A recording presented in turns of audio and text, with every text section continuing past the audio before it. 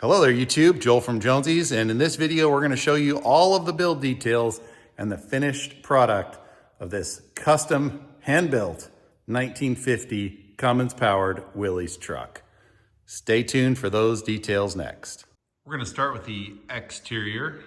So color is a tinted Raptor liner. It is Destroyer Gray. The Dodge PD9, I believe is the code. We tinted the Raptor liner with single stage. And then we also had the regular Chevy stock steel 16-inch, just standard 3/4 ton steel rims powder coated to match that Destroyer Gray. So you can see we used the liner on the outside, and then we coated while it was still fresh. It was kind of a wet on wet. We coated the inserts in the doors to give it a little bit more contrast. The flatbed, the chassis, all of those components are all powder coated in code BK05. Powder coating shops sandblast and then do their thing. So not much needs to be said about all the powder coating on that. We used Fender welting in the seams for the fender right there, as well as on the grill, because that stuff kind of does move around a little bit. Used TJ hood latches. These trucks have some kind of striker hood latch mechanism, but ours was damaged and missing, so we opted for the external style hood latches. The mirrors are also Jeep mirrors. They are purchased for later model Wrangler TJ. This bracket and pivot assembly and that bolt pattern is for a Jeep to have a mirror when the doors have been removed. And so what we did was just weld some captive nuts in the door at that proper spacing, and then they bolt on. And they actually work very well, especially since we left this cutout here on the flatbed headache rack. So you can actually see pretty well. Mirrors are pretty effective, and I really didn't like the look of the hot rod style mirrors that go on that pinch weld, or the giant barn door style mirrors that bolt in 3 positions on that. So I thought this was actually a pretty clean solution to adding a functional mirror to the outside. Of course, it requires welding captive nuts in your door, but when you're doing so much custom fabrication anyway, what's another couple captive nuts? We kept LED lights all the way around. So LED front headlights, obviously a huge 52-inch curved LED light bar, and the curve, we built this platform on top of the headache rack and then put some mounts, kind of some universal, there's some slotted mounting up there so that if you wanted to change that in the future, you could. But the curve of that LED light bar matches the top of that cab really, really well. So I was really happy with how that turned out. Went with kind of standard trailer lights in all of the flatbed, added some cargo lights up there. In here in the toolboxes, since we're going over lighting, let me flip the switch for the cargo lights. We added a couple of LED cargo lights in there. Actually used the same one for the dome light as well. So for the rest of the lighting on the flatbed, we used just some standard trailer style LED lights. Now in the back here, there's quite a bit going on. Obviously when we built the flatbed, we flush mounted the 7-pin trailer connector. We added battery connections to the rear. So this is a big Anderson plug. And then we also have a backup camera and an air fitting. So you've got access to pretty much everything you could want back here. And then obviously added some heavy duty shackle mounts, standard receiver, skid tape on here so you can use that as a step.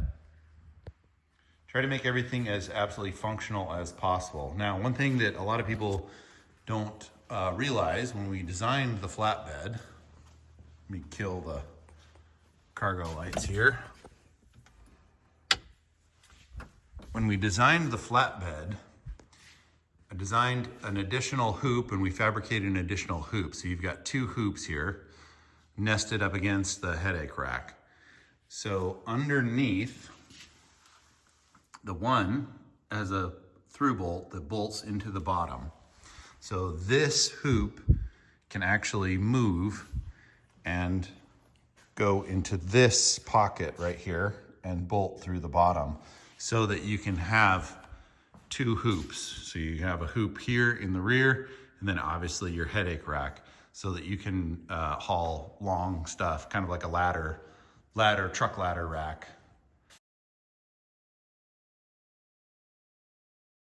Essentially. And so right now it's just installed in its like forward position, and I put this little crossbar here so that this thing won't rattle and shake. So let's talk about this toolbox. Toolbox is a actual auxiliary fuel tank, and I'm using it as the primary. Underneath we welded in several fittings that go down through a hole in the flatbed, and that's what actually gravity feeds the fuel from here to the Cummins. And then we cut a hole and installed the actual fuel sending unit so that it'll tie right into the gauge. So you've got your 60-gallon capacity, which is a ton, as well as additional like toolbox storage up here. Okay, so now let's go into the interior. So we'll start with the seats. Seats are from TMI. There you can see the label. It's a gray vinyl seat with some nice bolsters. They fit in here really, really well. We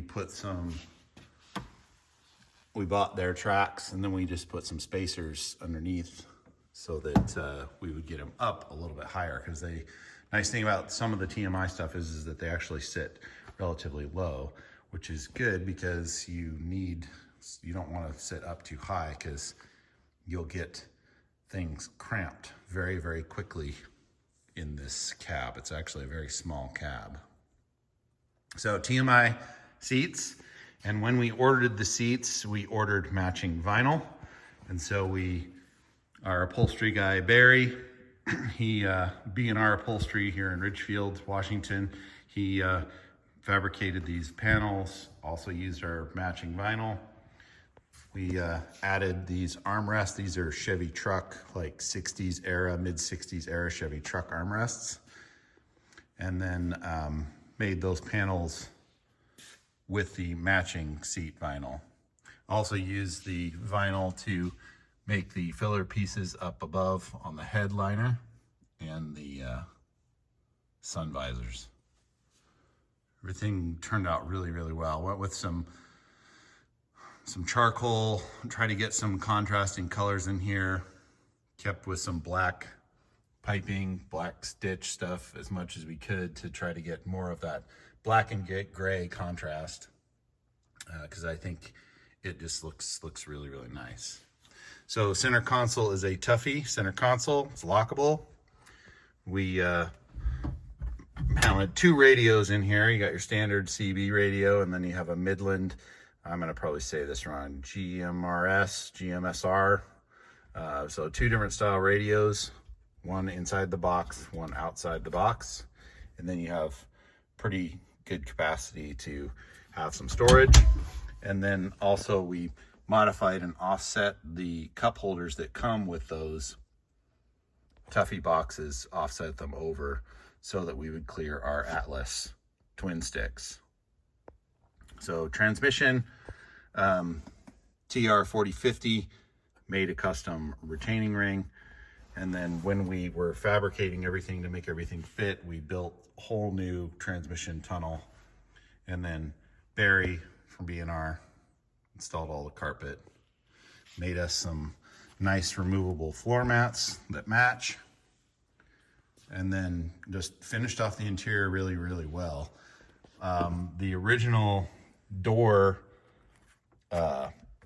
limits just had ripped out and damaged that door jamb really, really badly. So we put some weld nuts in the door, weld nuts right here in the jamb, and then we're just using some standard nylon webbing strap to have for the door limits. So the interior on this rig actually, turned out way nicer than what I envisioned.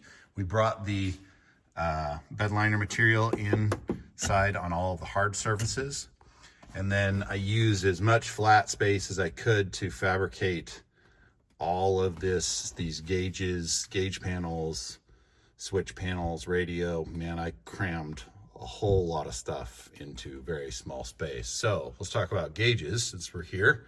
So gauges are new vintage. I went with new vintage because I've had good luck with them in the past, and this tack is a diesel tack. You see it only goes to 4,000 RPMs, and it picks up off of the alternator. So you can calibrate it and you can pick up your signal from the alternator, and it just works really, really well. So we've got our standard gauges. We've got our fuel level, volts, water temp. We added an EGT, so we know what the exhaust gas temperature is. And then over here we have our pressures, we have our oil pressure, and we have our boost. When I laid out the gauge panel, I put all of the pressure stuff over here, and then put the temperature stuff in the middle, and then we've got our levels over here.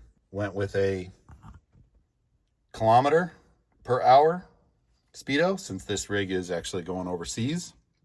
It's not going to stay in Washington. It's going to go overseas and live out its rest of its days in the metric system. So for the center panel, I crammed a ton of stuff into this section. We've got the double DIN stereo, and then, man, we have a lot of switches. So grid heat, this vehicle is going to go into like semi-tropical, subtropical, I think they say. Average temperature is 65 degrees. Grid heat is not required, but I gave them a grid heat switch just in case. Inside winch controls, auxiliary fuel pump, which would be like transfer pump out of our big transfer tank. And then these three are all of your air lockers and air compressor. So front locker, rear locker, and air compressor. And then of course you've got your ignition. Originally I had this hole right here. I was thinking I would actually use a kill cable for the P-pump Cummins, but just decided to use the solenoid instead. So we'll need to fill that. You could potentially use that hole for a auxiliary throttle or something else in the future. Old Air products for our standard heater controls, and then obviously you've got headlights and wipers. Over here we've got a power port right there, cargo lights, and then the big LED light bar. And then up here in this kind of spot, we don't really, you're not going to use these necessarily, but I wired in a rear auxiliary, which goes and terminates into the toolbox. And then I've got two auxiliary front circuits. So if you wanted to add another light bar, or you wanted to add something else up front, an air horn or something up front, you could. So you have two front auxiliary circuits and then one rear auxiliary circuit. So one nice thing about this Willys is that there was quite a bit of space behind the dash. So I was able to get all of this stuff in here and retain this handle right here, retain function of that vent. So it doesn't have air conditioning, but it has that center vent, which anybody that's ridden in vehicles with that center vent. Boy, they work really, really well. So glad we're able to get that taken care of and keep that center vent function. One thing that I regret about this build, but it actually ended up working out, is that I installed bear claw latches. That turned into a big challenge because there is literally zero room in here because the glass has to go down. I was thinking that the bear claw latches are skinny, they'll have no problem doing it, and I was able to get it to function with the factory handle, but boy, that was a challenge to get those bear claw latches to actually work, and then to make them work with the factory handle here. This is I think the Willys originally had like a push button right here, so I converted it over to like a rotation knob. So just used a billet knob and threaded it in there, and so shut the door and push down and it pops out. They work very well. I'm not knocking the bear claw latches. It's just installation was a very big challenge to make them work correctly. But the doors shut really well. They open really well. I'm happy with the function. So that kind of wraps up the interior. So we covered the exterior, covered the interior. Let's go under the hood. Under the hood, I tried to make everything as clean and serviceable as possible. This is not a show truck. It's gonna be used. And so I wanted to make everything as serviceable as I could. Now, with that said, everything gets tight when you have intercooler piping and you have everything. So there's a lot of stuff going on here, but I think we did a nice job of trying to keep things routed, cleanly, functional, and serviceable. So starting out, obviously, P-pump, 4BT Cummins, Pacific injection, always, they do all my pumps, they do all my injectors, they do a great job. Bell Turbo made us an awesome HX35 turbo. They changed some internals so that it'll spool quickly, but it still has quite a bit of volume on that. Some of the things we did to the Cummins itself, it's got an upgraded cam, as well as we took a 6BT manifold, chopped it, and capped the ends. Hopefully you guys can see that. Welded up the ends. So we've got a 6BT manifold that's a center dump, which positioned everything really, really well in here. Ran a tight 90 off of the turbo, obviously into our intercooler pipe, which we bent. This is 2.5, so it's 2 3/4 out of there. Expanded the intercooler pipe 2.5 all the way into our intercooler. Intercooler is actually sourced from a Isuzu NPR truck. So another 4-cylinder diesel truck for that intercooler. It just fits and works perfectly in this application.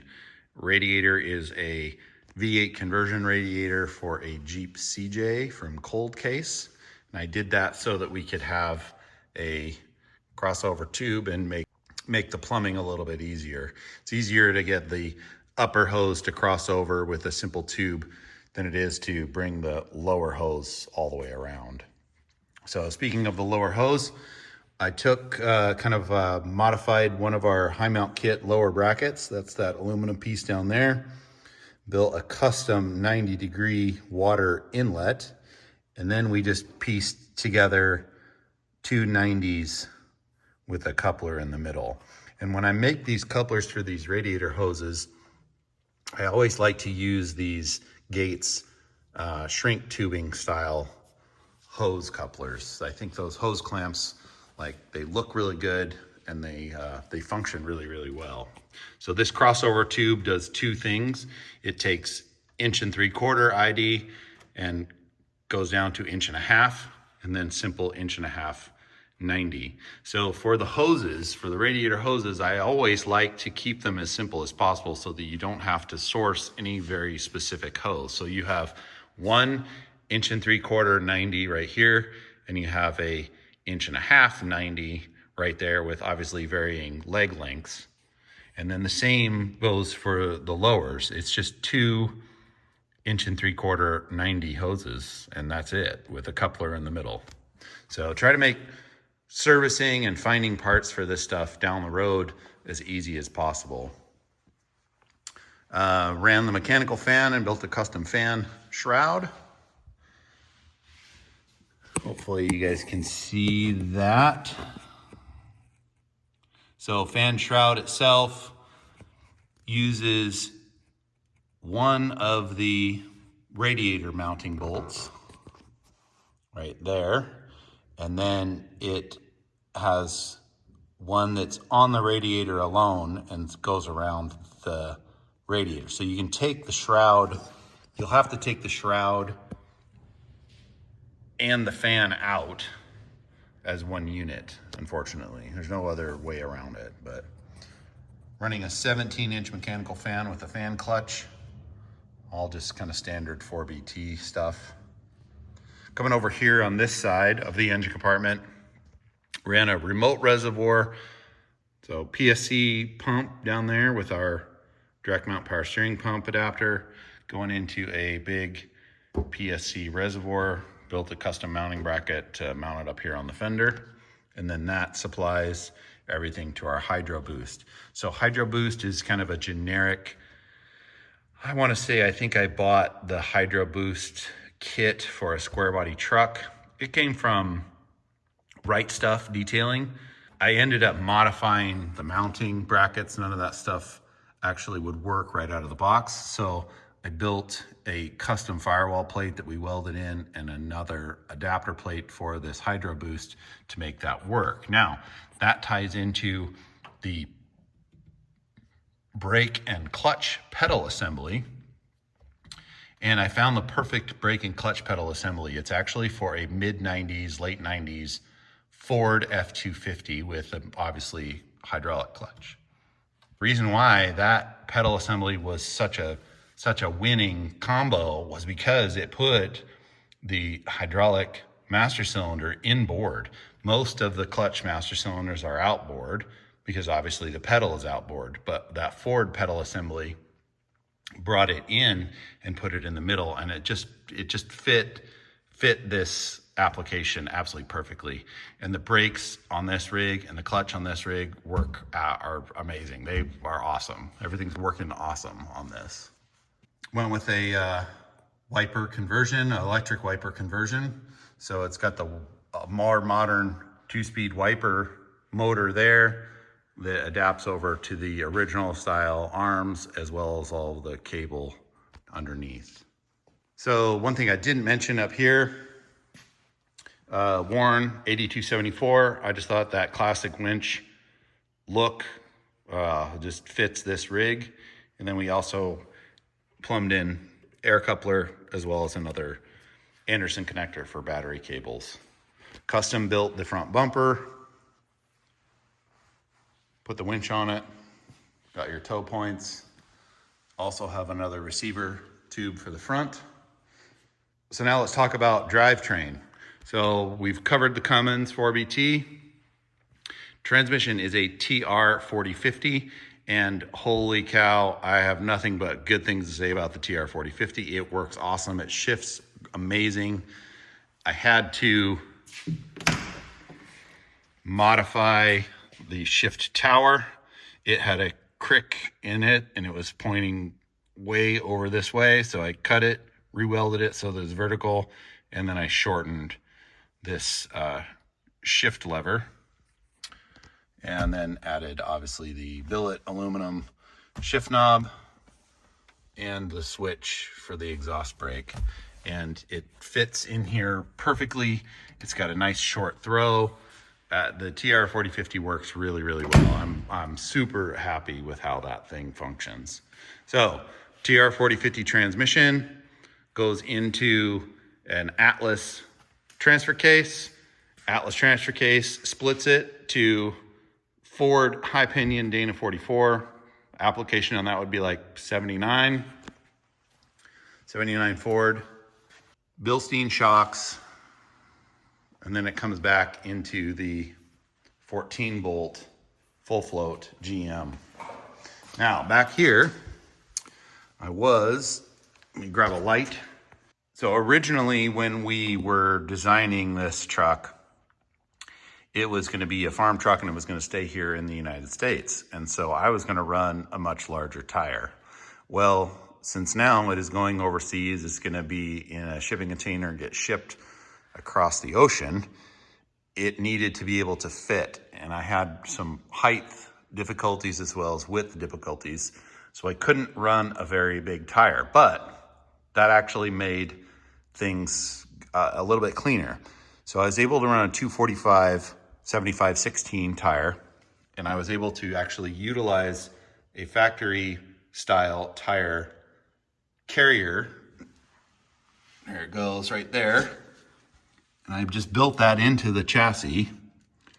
And instead of having some special tool with a 1/2 inch, I just utilized a 1/2 inch socket with a 1/2 inch drive. So you just put a 1/2 inch extension on a ratchet and away you go. Poke it through this hole right above the camera and you can lower your spare tire. And running that smaller diameter tire allowed me to fit it up under the frame. I was originally going to mount the spare tire on the flatbed, probably over here somewhere, and put a fuel tank down there. But since we decided we're just going to plumb the 60 gallons out of here, there was no need for that. We mounted the spare tire underneath and added some more space on the flatbed. So that actually worked out pretty well. And a lot of people give me some grief over these small tires, but honestly, they look really good. It's very nostalgic. I don't think the truck needs to be any bigger. It's very functional, drives awesome. Like, I think it just looks amazing.